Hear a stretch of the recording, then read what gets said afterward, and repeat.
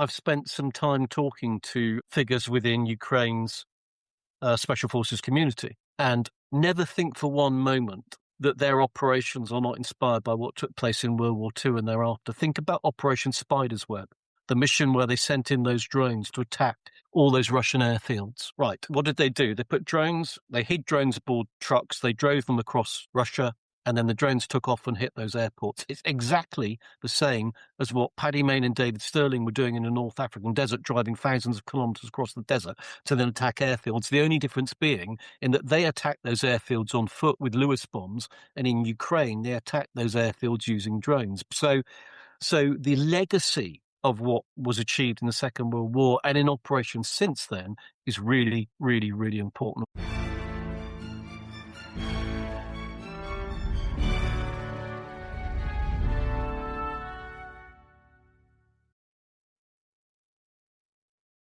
Hi, I'm Zeb Baker-Smith, editor at Aspects of History. In this episode of the podcast, best-selling historian Damien Lewis joins Phil Craig to discuss some of the remarkable true stories behind his latest book, SAS Great Escapes 5. From a legendary escape across the North African desert to a daring mission to rescue prisoners from concentration camps in Fascist Italy, the best-selling historian walks us through breathless tales of endurance, ingenuity, and courage against the odds. Drawing on newly uncovered family archives and surprising first-hand accounts, Damien and Phil reflect on how these stories are pieced together, the legacy of Special Forces operations in the Second World War, and the leadership figures like Paddy Mayne. It's a gripping conversation about history, memory, and the stories of brotherhood and daring that continue to shape our understanding of war. Next week, as the FIFA World Cup begins in North America, I discuss the hazy intersection between politics and the beautiful game with the co-authors of Cold War Football, a globe-spanning account of 10 games that chart the clash of capitalism and communism. But for now, strap in for more SAS Great Escapes with Damien Lewis.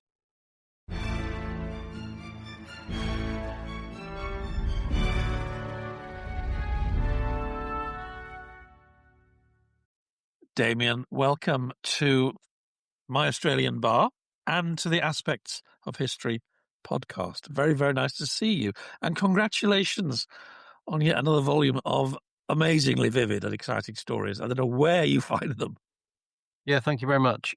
It's always a pleasure to, especially to tell stories which, there's one story in particular I've always wanted to tell in this volume, which I just thought never could be told because there just wasn't the source material. And then a family member reached out to me about a year ago. It's Silito's story, the epic desert escape, one of the most incredible escapes of World War II. Of course, I knew the story, I just didn't know how to tell it. And then the grandson, in fact, reached out to me and said, look, Granddad never spoke about the war, but he did give talks to the SAS at Hereford. Right. He kept, obviously, notes of his talks, and we have them all. So they sent me all the material, and that was gold dust, as you can imagine. That meant the story could finally be told. So it's things like that which, enable a volume like this to be put together. Well, actually, I was going to talk about that story. It is one of the more remarkable and powerful and vivid accounts in your book. Interesting that people are coming to you though now with ideas. Please tell my granddad's story. That's fantastic. Yeah, absolutely. There's two of the stories in there came about because the family members approached me. Also, the story of George Arnold. His granddaughter approached me and said, my grandfather never spoke about the war, but he did write a manuscript for the family. Would you like to see it? So, things like that, because we don't have the veterans anymore to talk to. So we need, not just the archives, but we need to find these personal accounts which people have stored away in their attic or their loft or, in a trunk somewhere. And so, yeah, it's fantastic. Well, let's go into a little bit of detail, if you don't mind. I think the audience would love to hear some of the extraordinary details and heroism. Let's talk about Silito's escape. I mean, it's a real ice cold in Alex kind of a tale. And I'll certainly never look at bully beef again in the same way. But perhaps you could give us a kind of 3 or 4 minute rough account of this amazing tale. Yeah. So Silito's escape, it's legendary in kind of, special forces circles to this day. It's a solo escape across the desert in North Africa during the North African campaign. So Silito was one of Commander Blair Paddy Main's squadron based in the Great Sand Sea, which the enemy believed to be unnavigable and unsurvivable. But, the SAS had managed to make their home, these incredibly huge rolling dunes, a dune sea the size of Ireland, quite extraordinary. Anyway, they were based there at the time, and Silito and his patrol set out in 2 jeeps to raid the enemy train line, so on the coast, so 200 kilometers at least north of where they were encamped, and they were recceing the train line on foot, and they got ambushed. It was at night. And during the ambush, they got split up, and Silito became isolated. The rest of the patrol presumed he had been captured or killed, which wasn't true. So Silito ended up in a situation, having evaded the enemy, where he thought, well, I've got 2 choices, because he knew he was on his own. He'd gone back to where they parked the vehicles, the Jeeps were gone, not Land Rovers, Willis Jeeps. And Silito thought to himself, well, 2 choices. I can either, toddle off to the enemy positions, which are just nearby, and give myself up, or I can attempt to cross, basically 200 kilometers of desert with a Tommy gun and a greatcoat and not a lot else, and no navigational aid. So he chose the latter option. So he set off, and yeah, his descent into madness, really sun-addled. He had no water, sun-addled, losing his mind, but continuing to press onwards. It's just it is. It's a remarkable tale, actually, and you tell it incredibly well. It's very cinematic, and also this ability to improvise.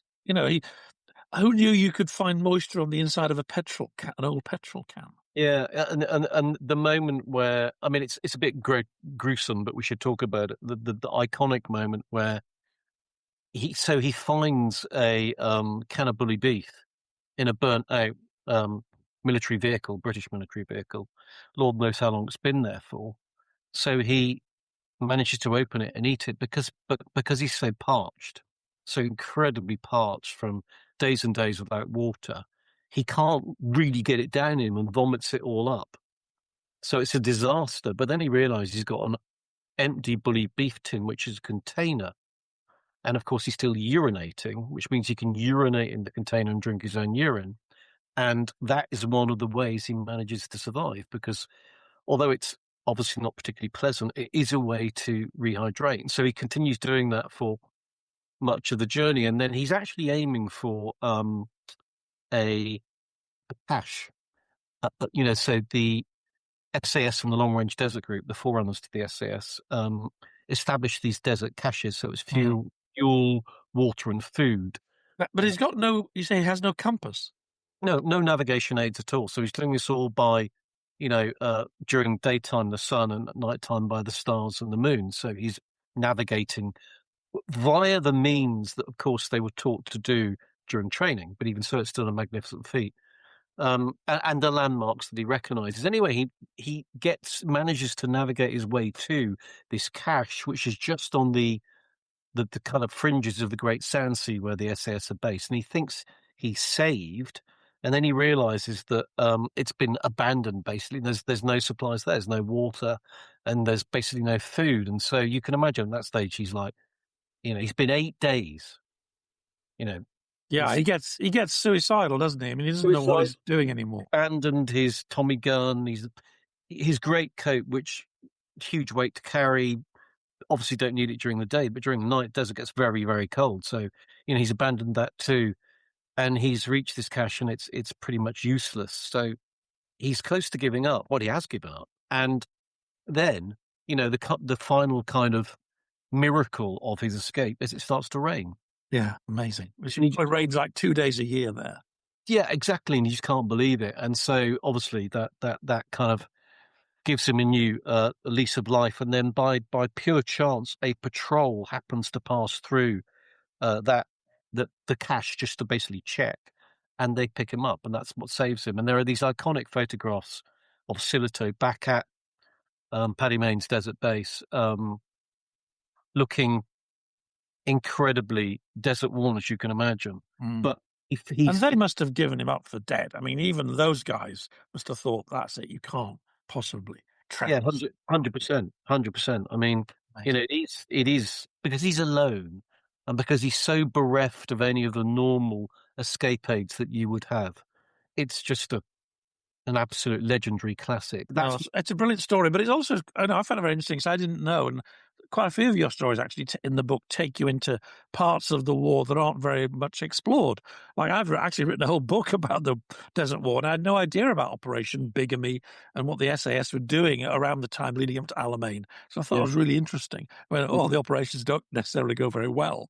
yeah, You know, they're doing a lot. But the other one, the opening story, the Dean Drummond character, yeah, another great hero story, of course, yeah, reminds us, this is set in Italy, mm, that, you know, a lot of Italians were committed fascists and hard fighters. And I think there's a sense in recent, well, maybe for a long time, that somehow the Italians are a bit of a pushover. And you certainly no, no, get a sense in not that at all. story that they weren't.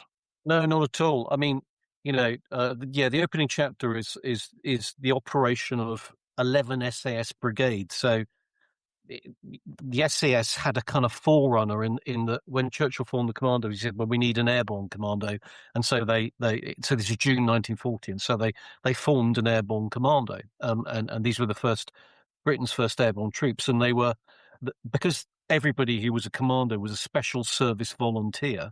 These became the Special Air Service volunteers, and so they were 11 SAS. This is like a year before. Mm, David Stirling forms the SAS formerly in the North African desert. And indeed, when David Stirling forms the SAS, it's Dudley Clark, who was he was the genesis behind the commandos, who says to David Stirling in North Africa, look, take on this name, SAS, Special Air Service, because it's already got a progenitor. You've got a proven track record. And as far as the enemy's concerned, they'll think that you are mm, one of many brigades that's been formed. So that's the genesis of it. But you're right. So it's the first airborne mission launched by British airborne forces ever, and they fly into Italy to parachute onto the Trentino aqueduct and blow it up. The aim being to deprive 3 million Italians of fresh drinking water, because those 3 million Italians populate the main Italian ports, which Italy needs to prosecute the war. It's a great idea. It's actually dreamt up by the Special Operations Executive, Churchill's Ministry for Gentlemanly Warfare, but then executed by 11 SAS. And absolutely, when they arrive on the ground, the Italians are no pushover. And mm. they were no pushover on both sides. They were no pushover on the fascist side, but they were also no pushover on the partisan side. And the more the Italian population start to turn against, the diehard Italian fascists and what becomes the Nazi occupiers after the armistice, the more you see Italian partisan efforts come to the fore. And, indeed, Kesselring, the German general put in charge of the defense of Italy by Hitler. And basically, let's remind ourselves, Hitler said, Italy will not fall. They threw everything into Italy. Mm. And Kesselring, says at one stage, because they've lost 20,000 German troops to Italian partisan operations. And at one stage, he says, for every one German troop killed, there will be 10 Italians executed. And so the Germans were going into entire Italian villages and just wiping out every man, woman, and child, the village priest, everyone. So it became a very bloody and dark and hard fought campaign. I was interested in your introduction. You talk about your most likely method, because quite a lot of the documents you're working with was just one witness, maybe, and it's all very secret, and perhaps there's contradictory accounts. I mean, all of us who work with these kind of archives now we can no longer meet people. We have that issue, and I'll confess happily to lightly novelizing things in my own World War II writing. So, what is your most likely method, and how do you kind of come upon it? Well, basically, I don't know if you've ever been in a warfare situation, but I have a lot because I was a war reporter. And you can come out of a conflict zone, and you can be 3 soldiers or 3 reporters or a mixture, and you'll all have a completely different account of what happened. Mm. Human memory is like that. So you tend to end up, even when you're reading first-hand accounts from the Second World War, you tend to end up with different individuals painting the picture of the action and who was involved in what way, from different perspectives. That's just human nature. That's how it happens. So I tend to look at where the most accounts tell the same version of events, if that makes sense. Mm. It's the most likely account. Um, and then you can corroborate that with, other historical facts and records and reports. So it's building up a picture of what most likely happened. And that's the best you can do. Because as you say, we have certainly in the SAS, we have no living veterans left alive. And even if we did, that, for argument's sake, even if we did have living veterans alive, I remember I interviewed Alec Borry, who was one of the last veterans a couple of years back, and even then, we're talking about events which are 80 years ago. Sure. So, you know, it's tough to actually nail down where the truth lies. Hello, Zev here. Please forgive my interruption, but I wanted to let you know that at Aspects of History, we produce a digital magazine featuring articles, interviews, short stories, and book reviews of the best historical writing available. Authors featured including Ben McIntyre, Lucy Worsley, Andrew Roberts, and plenty more. An annual subscription is available for only $9.99. That's pounds or dollars. Yep, you heard that right. That's 6 issues for under £10 or dollars. Head over to aspectsofhistory.com to subscribe, where you can also give subscriptions. Now back to the show. There's a lovely moment in the book. I think it's the back to Silito, isn't it, where Paddy Mayne writes him a letter, which is such a beautiful letter about his character and his heroism, and leads you to talk, as you've talked many times actually before, about the sort of leadership qualities of Mayne and the brotherhood. The idea that everything was merit, not rank.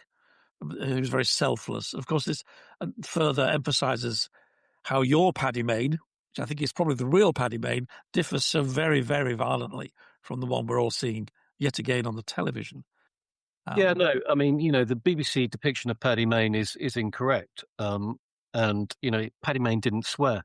The story in another of my books, absolutely true story, where he's putting his men through this horrendous training regime. It's prior to the Operation Husky landings in Italy, and he knows they're going up against really hellish situations. That their mission is to take out the big guns before the Allied fleet arrives. So they're really up against it. And he knows he's got to train them more rigorously than ever before. So he's got them doing these night marches on Benzodrine speed, night after night, and the men are peed off, and they're complaining and they're swearing. And he stops one patrol, and he unleashes this string of invective like they'd never heard. And he says, "Look, I can swear better than any of you, but I never do, and neither will you under my command." So that's one. But the real problem with the depiction of Paddy Mayne on the BBC series is that, do you for one moment think that Paddy Mayne would have had to shout at his men to get them to obey his orders? In fact, look, he didn't order anyone, right? Paddy, as Alec Borry explained to me when I interviewed him, 2 years ago, and Borry was under Mayne, he would come and put his arm around your shoulder and say, "Look, would you ever mind?" And I can't do his Irish accent, I won't try. Would you ever mind going for 3 months behind enemy lines on a suicide mission with no chance of coming back? But look at the target, look who's going with you, and I'll be at the front at all times. And of course, who could say no? It was that love and that brotherhood. And they'd all volunteered for exactly that kind of duty, so Yeah. they probably didn't need to be ordered.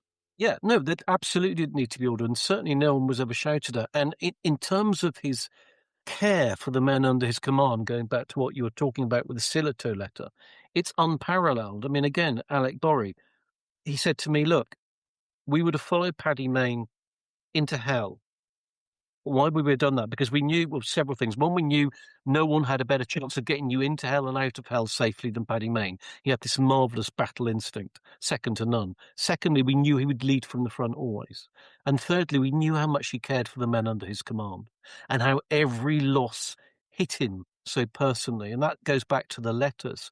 There are so many letters in the Paddy Mayne family archive where he has written to family members about one of his men getting injured or killed, really heartfelt commiserations, and the family write back to him. So that whole picture of a individual who led by what we now understand to be transformational command, it's inspiring your men and leading from the front, not expecting them to fulfill blind orders. That's what Paddy Mayne epitomised. It's funny because in addition to this, I mean, he's clearly portrayed as a hero in the BBC series, but as a sort of psychopath as Yeah. well. And, somebody who is, ever so slightly mad. Yeah. And dangerous. Mm-hmm. But it's funny, isn't it? Because, and this probably goes to your other campaign about the Victoria Cross, maybe this reflects still the sort of lingering aftermath of the sort of slight condescension towards special forces at the time. The sense that they were pirates, they weren't respectable, they weren't ever going to perhaps get the recognition and the awards they deserved. Do you think that lingers on? Well, absolutely, it lingers on. I mean, the British, no British member of the SAS has ever been awarded the Victoria Cross, and when you consider the fact that they of anybody spend, the majority of their time deep behind the lines in small patrols with huge danger and risk of capture or death at the hands of the enemy and torture and all the rest that goes with it, is extraordinary. The only serving member of the British SAS who won the Victoria Cross was Anders Lassen, the Dane. And of course, he wasn't British, but he was serving with the British SAS and SBS in World War II. And of course, he won it posthumously. So no, they were never popular, and and arguably they still are not within the British, military mainstream. There is, an awful lot of kind of us and them aspect which still exists, and it's most unfortunate because let's be frank about it, right? We have a war going on in Western Europe. We have a war going on in Western Europe, which is so reminiscent of some of the scenes from World War II, cities blown to pieces by artillery, mass war crimes, etc., etc. We have a war going on in Ukraine, and that war's being fought on our behalf. Let's make no mistake. It's being fought on our behalf. Those sacrifices are being made on our behalf. And we need our special forces more than we ever have done before. We need those qualities and those abilities and their ability to serve as a figurehead for what we are capable of militarily in this country as never before. And so that's interesting. I was going to ask you actually why you think telling these stories today is relevant and important, but maybe you've just answered that. 100%. I mean, I've spent some time talking to figures within Ukraine's special forces community, and never think for one moment that their operations are not inspired by what took place in World War II and thereafter. Think about Operation Spider's Web, the mission where they sent in those drones to attack all those Russian airfields. Mm-hmm. Right. What did they do? They hid drones aboard trucks, they drove them across Russia, and then the drones took off and hit those airports. It's exactly the same as what Paddy Mayne and David Stirling were doing in the North African desert, driving thousands of kilometres across the desert to then attack airfields. The only difference being in that they attacked those airfields on foot with Lewis bombs, and in Ukraine they attacked those airfields using drones. So the legacy of what was achieved in the Second World War and in operations since then is really, really, really important and vital. It's vital to understand and remember, and it's also vital because we tend, I think, to have an idea or an impression or a sense that modern day wars are all felt by technology and robots and the human endeavor and the human mind and the human spirit is no longer relevant. It's absolutely not true. Ukraine has proved that time and time again. The ability to think outside the box, to think the unthinkable, to find unthinkable ways to attack the enemy, and then to put them into practice, lateral thinking, exactly what special forces were invented to do in World War II, has never been more important. We must not forget that. That's a really interesting point, actually. And I think, actually, I'm not going to ask you to say what you know, so you wouldn't tell me. But I know from what friends who were covering the initial weeks in Kyiv, when it looked very bad, and suddenly there was that extraordinary reversal, that it wasn't just missiles that Britain was sent. We put it politely like that. There was maybe not necessarily on the ground in real time intelligence help at the most important time when Zelensky was being hunted, and most people, and I think most other European countries, thought that the place would fall in a fortnight. Yeah, no. What the what the Ukrainian forces have achieved, with help, of course, but increasingly not with help. They've now taken the bull by the horns. They've achieved extraordinary things, and what I find most impressive, I mean, that's not even a strong enough word, is their ability to keep reinventing their behind the lines operations. They've done it. They've absolutely knocked the ball out of the park. And they've shown the rest of the world that if you think wars can be won by, um, warplanes bombing from 30,000 feet, for example, you know what I'm driving at, and not having boots on the ground and not having boots behind enemy lines and not having intelligent, lateral thinking, unconventional soldiers involved in these kind of operations. If you think if we fall into the trap of believing wars can be won, without that factor, then we're going to be on the losing side. These kind of operations are critical still, and Ukraine has proved that. It's still proving it. Well, yes, and some of the qualities you just mentioned, of course, going back to your new book, it's full of them, and you take time to highlight them, the human qualities, the leadership, the brotherhood, the tenacity, self-sacrifice. What's your favorite story? We've talked about a couple, but what's your favorite story in the book? Really hard to say because Sillitoe is such a iconic story, but probably actually my favorite story is Arnold's story, because that's the one that his granddaughter brought to your attention. Yeah. I mean, just briefly, if I'll just tell you the story of how it came to me, because it is the most amazing tale. Oh no, please! I'd love to know more about it. We've got a few more minutes if you have. Yeah. So I was actually 80,000 words into writing my previous book, the Great Train Raid. Very briefly, two SAS land in Italy in October 43. They're at the tip of the spear, doing these kind of more commando-style missions. Then a Yugoslav partisan turns up, escaped from a concentration camp, because Italy had them too, called Pistici, and says it's full of, French resistance fighters, Yugoslav resistance fighters, Italian priests and intellectuals, Jews, anyone who stood against the Mussolini regime, and they're about to ship everybody to Nazi Germany because you've invaded. And obviously, it's 120 kilometers away, and you'll be advancing, and they're going to be using trains to do so. And so, the only force, on the ground with the kind of wherewithal and the unconventional thinking to attempt their rescue mission is of course, the SAS, and they they decide there's only one way to do it because they've just got a few jeeps to hand. I mean, they were so ill-equipped. The mission was so rushed. It was called Operation Slapstick, and that's put together in 24 hours. And so they clearly don't have the vehicles to get there and rescue hundreds of concentration camp inmates. So, yes, obviously what we have to do is hijack a train or steal a train, steam it through enemy territory, get to the concentration camp because they're expecting a train to turn up anyway. So, bingo, surprise guaranteed, assault the camp, load all the inmates aboard the train and steam it back again. The reason why it's genius, it goes back to exactly what we've been talking about Ukraine. The reason why it's absolute genius is two things. First of all, yes, the concentration camp guards are expecting a train to turn up because they're expecting the inmates to get shipped to Nazi Germany, right? Mm-hmm. The timetables are all over the place because there's a war being fought, so that train can turn up at any moment.